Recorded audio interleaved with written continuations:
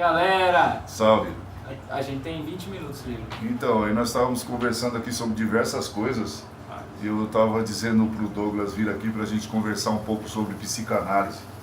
Mas entre essa coisa da psicanálise e as perguntas que nós poderíamos fazer a respeito disso, a respeito dessa coisa que dizem que não é ciência, que talvez não seja nem profissão, né? Sim. Mas que algumas pessoas estão querendo, de certa maneira, cercar já faz tempo, né? Desde a época de Freud. Mas, dentre essas coisas, eu estava pensando sobre alguns fenômenos que existem, tipo minha autoimagem, como é que a gente fala se a coisa da pessoa está lá em cima ou lá embaixo? É quase impossível, né? Esse denominador. O que eu achei interessante, você falou que desde o período de Freud, sempre todo mundo tentou cercear, né? Colocar um CR em alguma coisa, um Conselho Federal. Sim. Mas não tem como fazer isso no âmbito do ser. Sim. Porque o psicanalista, ele forma...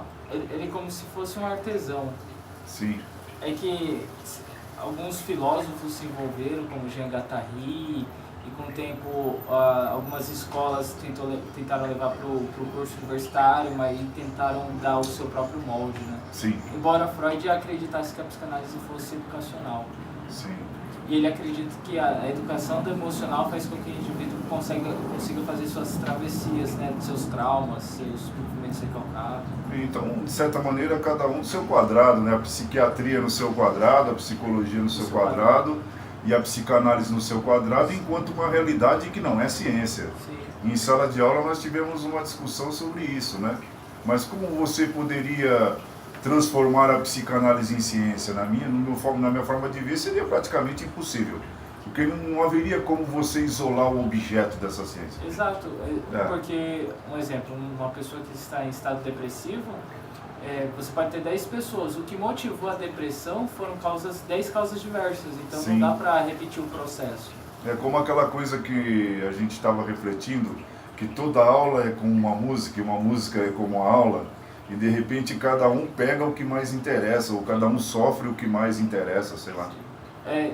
Exatamente, pela comunicação cada um absorve através da sua cultura, a sua realidade, né?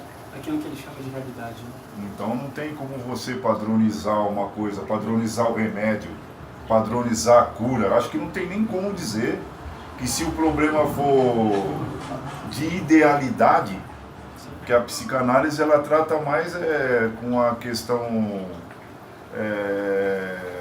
do pensamento, da consciência na consciência, da percepção na percepção. Sim, a partir da construção, como eu construo, né? Sim. Como eu construo. Então. E como eu construo até minhas ideologias que se transformam em psicopatologias, né? Sim, porque hoje nós vivemos muito essa moda do diagnóstico, né, meu? Os caras estão dando diagnóstico a torto e direito e, de certa maneira, você fica vendo na internet aí um sujeito tentando responder tudo. Me desculpe, né? O que a psicanálise acha do anarquismo?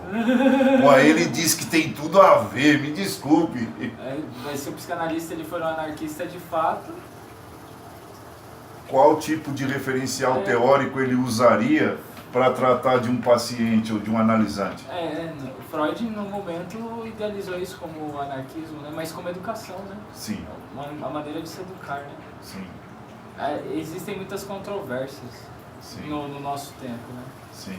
Porque como é que eu falo que a psicanálise é anárquica e eu quero levar ela para a faculdade, para um curso universitário regrado? Sim. É antitético, né?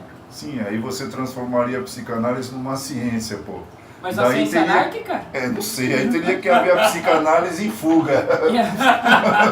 Vamos fugir. A psicanálise da psicanálise, para outro lugar, baby, porque não tem como você ficar dentro de uma universidade, porque, de certa maneira, o modus operandi seria cerceado, seria lacaniano, freudiano, jungiano, sei lá o que, Merlin Kleiniano, sei lá o que, né, meu?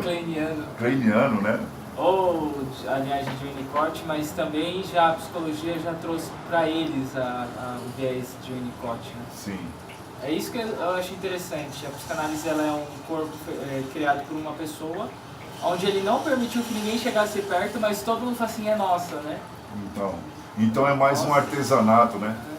Daí eu perguntaria para você se essa não é uma satisfação de trabalhar, porque o trabalho enquanto trabalho hoje, segundo a visão de Karl Marx, é uma alienação, uma divisão na qual você não tem mais propriedade, porque de certa maneira esses caras quando querem levar a psicanálise para a universidade, eles estão querendo a propriedade, a Sim. propriedade. Né?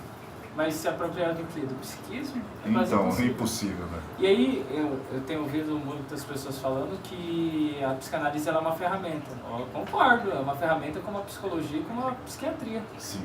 Mas dizem que não, a psicologia é um corpo científico, a psiquiatria é um corpo científico e que a psicanálise é uma ferramenta minúscula. Não seria a Gaia ciência? É bem provável. Pô, acho que nós precisaríamos entrar nessa coisa aí. E muito embora haja analogia do gato preto, né? Porque na analogia do gato preto dizem que a ciência é como você está no quarto escuro procurando um gato preto. E de repente a ciência acende a luz e você enxerga os demônios. O que você acha assim? O que você acha? Você enxerga os demônios? Aí eu pergunto, quais são os demônios? Será que são de fato demônios? Sim. Porque eu acho que em um certo sentido seria até uma prática de exorcismo, né? Mas de um exorcismo mais integral ou mais intelectual. Sai de ti mesmo. E vai pra onde? Olha, rapaz, volte para você mesmo. Na finalidade de você se tornar a si mesmo. Mas isso daí é complicado. Eu acho que a psicanálise como um artesanato, uma obra de artesão, né? Um ofício, de certa maneira interessante, não está no domínio de ninguém. Porque quando eu estava lá cursando, um professor disse, qualquer um pode dizer que é psicanalista. O que você acha? Eu acho que não. Você acha que não? Sim. Mas se ele tiver estudado, do ponto de vista que esse conhecimento não está sobre a propriedade de ninguém, ele não precisa de um diploma, porque seria uma contradição, Sim, me diga. Eu acho que só é psicanalista quem faz um processo de passar pela psicanálise, pela autoavaliação, mas é aquele processo de muitas pessoas não quererem passarem, mas quererem ser juiz do outro, né? Eu entendo o seu problema, mas eu nunca entrei em mim, descobri e consertei, porque era uma prévia de Freud, ó. Para fazer psicanálise você tem que passar pela análise, você tem que saber o que passa dentro de você, para quando você sentar com o outro, você saber o que também acontece nele. Sim, mas aí eu perguntaria, porque Freud fez uma autoanálise, ele achava que era possível. Mas no final ele escreveu uma obra que ele falou que foi impossível ele chegar nas travessias dele que ele gostaria e ele precisou de um momento com o outro. Um outro. Com o outro. Porque o outro tem que fazer a vez do encontro. Sim. E o que eu acho mais fascinante da psicanálise, porque ela Cuidado com esse gesto aqui, meu pô. Isso aí foi um ato falho. Todo ato é falho. Todo ato é falho. Olha a ideia do cara, todo ato é falho. O que vocês acham? O que é um ato falho? O que é um ato falho? Pelo menos 3 tipos. Eu posso ter um ato falho físico, onde eu tropeço em alguma coisa e caio. Sim. Ou eu posso ter um ato falho de memória. Onde você troca nomes. Ou esqueço. Ou eu posso ter um ato falho linguístico. Como é que é isso, Douglas? O dislálico? Não o dislálico em si, mas quando nós estamos procurando o sentido de alguém naquilo que ele diz e não sabe que disse. Disse sem saber que disse a junção do inconsciente falando. Sim. E o que eu acho interessante disso tudo, porque a psicanálise ela foi criada por um judeu, né? Então aí o contexto é sempre de guerra, de perseguição.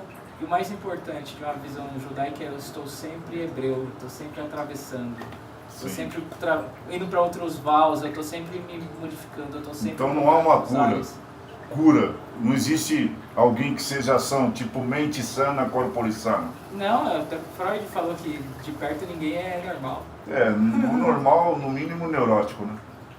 Conflitivo. Sim. Nós somos neuróticos. Somos. Nós temos todas as patologias, mas em grau controlado.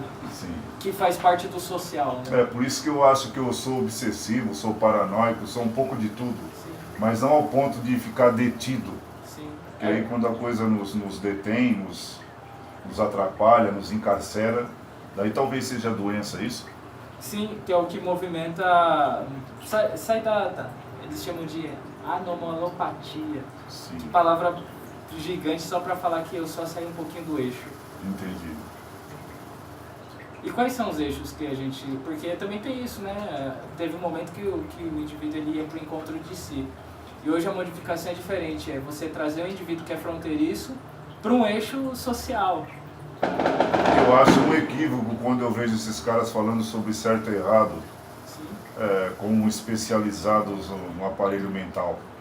Aí a gente tem que fazer uma coisa que não é nossa, né, que é utilizar o Código Brasileiro de Ocupação, o CBO, e o DSM, que é um Código Internacional de Doenças Gerais, né? Sim, aí você vai ter lá, por exemplo, todas as características de um borderline, por exemplo. Sim, mas aí são as características, mas o que levou a isso eles não dizem. Por que eu vou categorizar uma pessoa? Só os sintomas tradicionais, tipo 10, 8 sintomas e tal. Isso, e aí a gente acaba caindo no erro do rótulo, né? Sim. Porque às vezes a pessoa ela só está passando por aquilo, ela não é aquilo. E aí, como colocou isso, ela vai cair no vitimismo, né? Que é muito perigoso, né? Aí ela pode olhar e falar assim, eu nunca vou sair dessa situação porque eu sou assim, não é porque eu estou assim. É lógico que existem casos que a pessoa já nasce com psicopatologias que são controláveis, mas não são, como você disse, curáveis. É isso. Em um certo sentido, hoje em dia, eu estava vendo uma pesquisa que os caras estão querendo adivinhar se a pessoa vai ser isso ou aquilo, se ela tem uma tendência para depressão ou não. Tá lembrado que eu falei para vocês? Sim, aí eu vou ter que tomar o quê? Um remédio tipo aquele filme lá, como é que é? Que o cara, ele já adivinha que o outro vai cometer um crime, então vão prender ele antes disso. Sim. É complicado. Então eles sabem que eu vou ter ansiedade, então eu já vou começar a tomar remédio hoje, precavendo a ansiedade. É a indústria da farmácia, né, cara? Eternamente a indústria da farmácia. O que você acha disso? Pro próximo vídeo a gente quer só a resposta. Já estamos batendo o tempo aí, forte abraço. Valeu. Um abraço.